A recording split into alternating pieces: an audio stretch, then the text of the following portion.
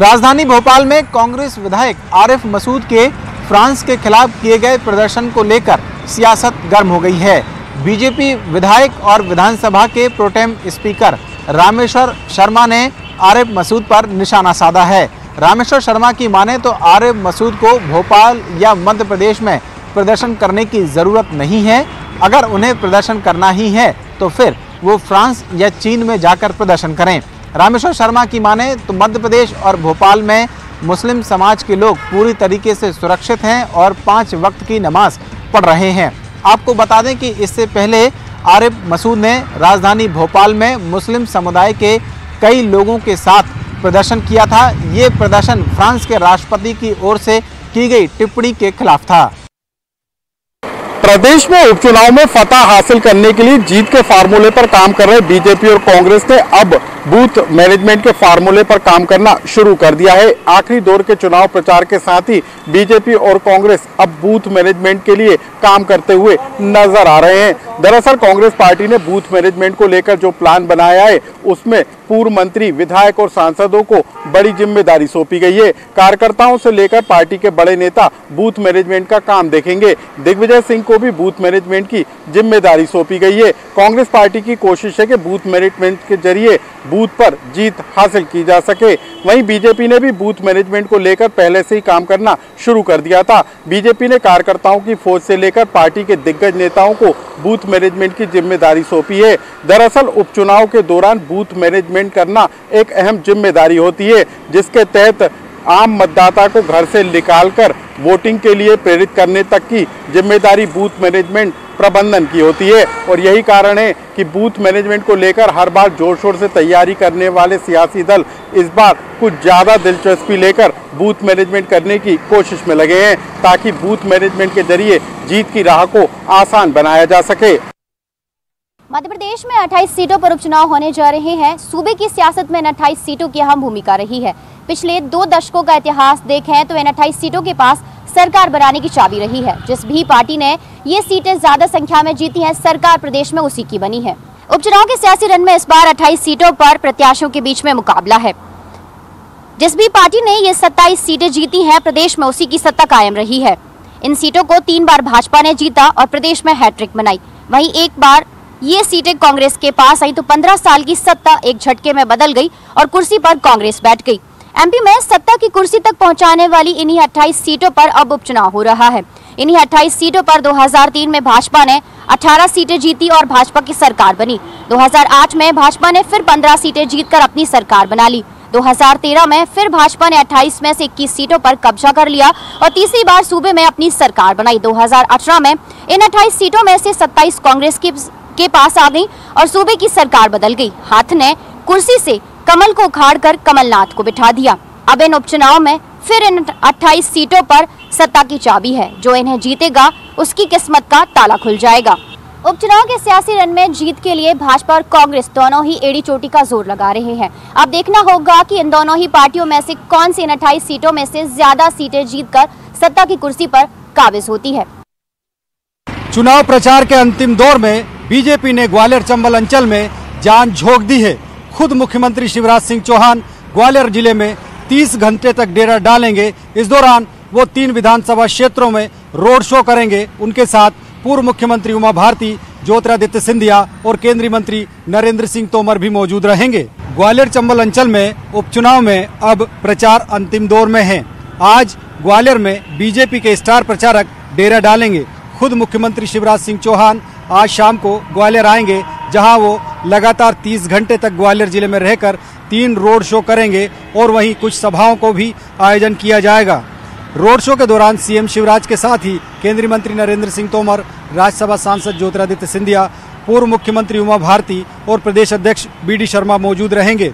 आपको बता दें कि ग्वालियर चंबल अंचल की 16 सीटों पर बीजेपी की प्रतिष्ठा दांव पर लगी है। यही वजह है कि सीएम शिवराज के साथ ही राज्यसभा सांसद ज्योतिरादित्य सिंधिया, केंद्रीय मंत्री नरेंद्र सिंह तोमर और उमा भारती लगातार ग्वालियर चंबल अंचल में प्रचार कर रही है।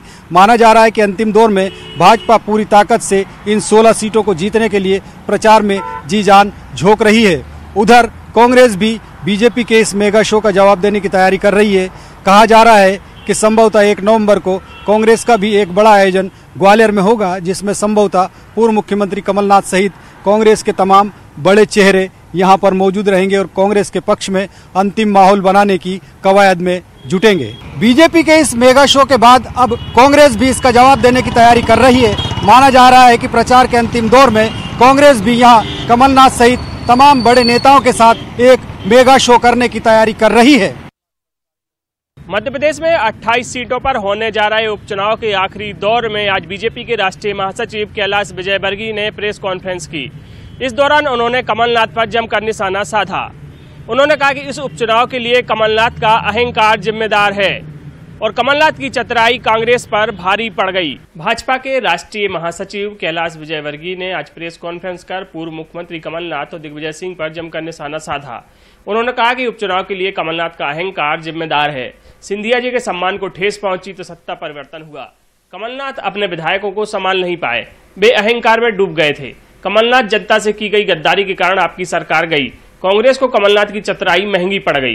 कैलाश विजयवर्गीय ने पूर्व मुख्यमंत्री कमलनाथ और दिग्विजय सिंह को पीले चावल देते हुए कहा कि वो राम मंदिर दर्शन करने जाएं। राम मंदिर में दर्शन करने से उनके पाप धुल जाएंगे। उन्होंने कांग्रेस नेता राहुल गांधी पर भी निशाना साधते हुए कहा कि बिहार की चुनावी जनसभा में राहुल गांधी कहते हैं कि मोदी जी जवाब दें, चीनी सेना देश में कैसे घुस गई। वो गलत बयानबाजी करके सेना का मनोबल तोड़ रहे हैं। आज कांग्रेस विधायक सज्जन सिंह वर्मा को भी उन्होंने इशारों में जवाब दिया और कहा कि हमारी दुकान में लिखा हुआ है कि 3 तरह के लोगों पर दया करना चाहिए, बच्चे, बूढ़े और पागल। विजयवर्गीय ने कहा कि जिनमें खुददारी थी वे कांग्रेस छोड़ भाजपा में आ गए हैं। इस उपचुनाव में प्रचार के लिए अब 2 दिन का ही वक्त बचा है। ऐसे में अब देखना ये होगा कि कैलाश विजयवर्गीय के बार का कांग्रेस किस तरह पलटवार करती है। भोपाल सांसद साध्वी प्रज्ञा ठाकुर ने एक बार फिर से हिंदू राग अलापा है। साथ ही उन्होंने पुलवामा अटैक को लेकर कांग्रेस के नेताओं को आड़े हाथों लिया है। इसके अलावा लव जिहाद को लेकर भी साध्वी जमकर बरसी हैं। भोपाल सांसद साध्वी प्रज्ञा ठाकुर ने पाकिस्तान के पुलवामा अटैक को लेकर कांग्रेस पर जमकर निशाना साधा है। उन्होंने कहा है कि अब कांग्रेस का पाकिस्तान प्रेम सामने आ गया है। पाकिस्तान को लगातार सपोर्ट करने से पाकिस्तान का मनोबल बढ़ता है। उन्होंने कहा है कि जब हमारा अभिनंदन, हमारा योद्धा पाकिस्तान पहुंचा था तो कहा गया था कि बाजवा के पैर कांप रहे हैं। कांग्रेसियों का पाकिस्तान का प्रेम और चीन का प्रेम ज़्यादा दिन चलने वाला नहीं है। सांसद ने कहा है कि हम प्रार्थना करते हैं कि ऐसा कानून बने जिस पर लोगों पर कार्रवाई हो।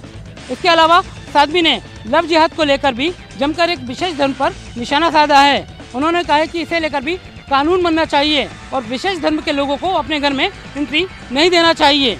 हालांकि ऐसा पहली बार नहीं हुआ है कि भोपाल सांसद साध्वी प्रज्ञा ठाकुर कोई बयान दे और उससे विवाद खड़ा ना हो।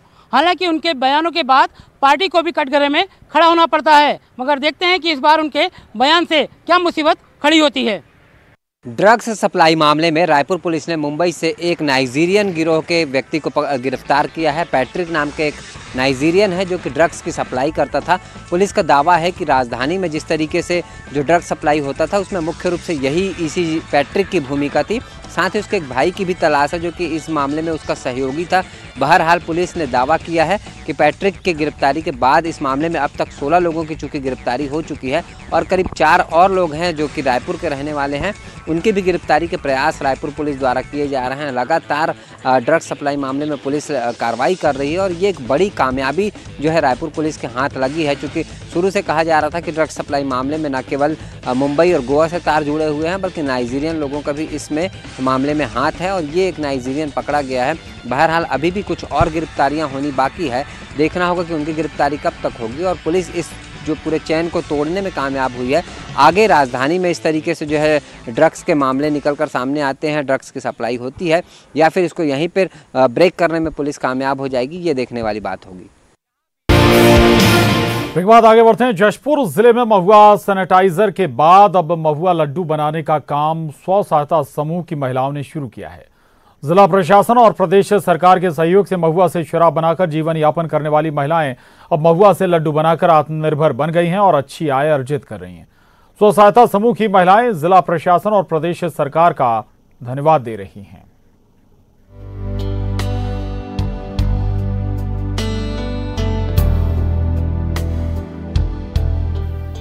जशपुर आदिवासी बहुल्य जिला है। यहाँ के जंगलों में महुआ की बम्पर पैदावार होती है। यहाँ पर महुआ का मुख्य उपयोग शराब बनाने के लिए किया जाता है और महुआ शराब पीकर लोग अपना आर्थिक और शारीरिक नुकसान दोनों करते हैं। इसी बीच जशपुर के युवा साइंटिस्ट समर्थ जैन ने महुआ से सैनिटाइजर और महुआ लड्डू बनाने की विधि स्वयं सहायता समूह की महिलाओं को सिखाई, जिसके बाद प्रदेश सरकार और जिला प्रशासन ने महिलाओं को लड्डू बनाने में सहयोग किया। जिला प्रशासन ने महिलाओं को आर्थिक मदद की और उन्हें लड्डू बनाने के लिए जगह भी उपलब्ध करवाई। हम लोग पहले तो बेरोजगारी घर में काम बैठे बैठे दारू बनाते थे, महुआ से दारू बनाते थे। दारू बनाने के बाद वो हम लोग बिजनेस करते थे। बिजनेस के अलावा हम लोग को वन धन केंद्र से लड्डू बनाने का प्रकरण मिला। प्रकरण मिलने के बावजूद हम लोग वन धन में आए। उसके बाद महुआ लड्डू बनाने लगे और उसके बाद बेचने लगे और हम लोग को बहुत लाभ मिल रहा है। और लाभ मिलने के कारण हम लोग सरकार को धन्यवाद देना चाहते हैं। वन धन तरफ से पता चला हम लोग को महुआ का लड्डू बनता है। लड्डू बनाने के लिए हम लोग यहाँ हम लोग को कार्य मिल गया, काम मिल गया। इससे कुछ बहुत फायदा भी हो रहा है, बहुत ही फायदा हो रहा है, लाभ हो रहा है। और इससे संक्रामित बीमारी सबसे भी बहुत अच्छा होता है, इससे फैलने से रोकता है। इससे जी सर, हम लोग समिति में जुड़े और हम लोग के लिए सरकार बहुत काम दिया। फिर सरकार के कारण से हम लोग इतना महुआ लड्डू बनाए और इतना समूह भाई बहन से जुड़े, बहुत अच्छा लगता है।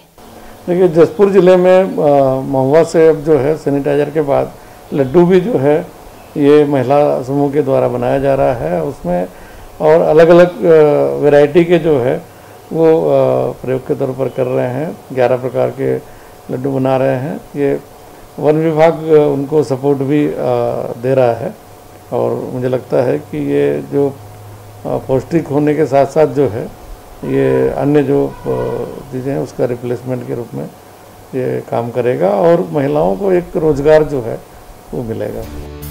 स्वयं सहायता समूह की महिलाएं अब 11 प्रकार के महुआ लड्डू बनाकर बेच रही हैं। प्रशासन महिलाओं को बाजार भी उपलब्ध करा रहा है ताकि महिलाओं के सामने लड्डू की खपत करने की समस्या ना रहे। इनके द्वारा बनाया गया लड्डू न सिर्फ जशपुर बल्कि पूरे प्रदेश में सप्लाई किया जा रहा है। इसके लिए प्रशासन महिलाओं को निरंतर सहयोग दे रहा है। महुआ लड्डू बनाकर महिलाएं अच्छी आय अर्जित कर रही हैं। वहीं जिला प्रशासन और प्रदेश सरकार का धन्यवाद अदा कर रही हैं।